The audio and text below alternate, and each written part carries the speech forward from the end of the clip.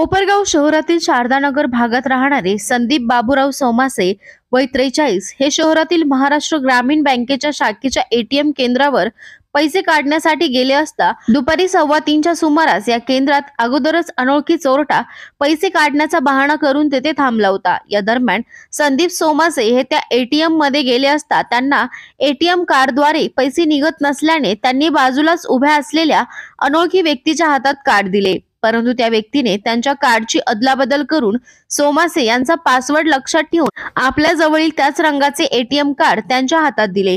ते कार्ड घेऊन फिर्यादी सोमासे हे दुसऱ्या एटीएम मध्ये गेले असता एटीएम चालत नव्हते, तेव्हा त्यांच्या खात्यातून 38,500 रुपये काढल्याचे त्यांना समजले। सोमासे यांना आपली फसवणूक झाल्याचे लक्षात येताच त्यांनी कोपरगाव शहर पोलीस ठाण्यात तक्रार दाखल केली आहे। सदरच्या घटनेची माहिती मिळताच कोपरगाव शहर पोलिसांकडून आरोपीचा शोध घेतला जात आहे। बिपिन गायकवाड, महाराष्ट्र माझा न्यूज, कोपरगाव।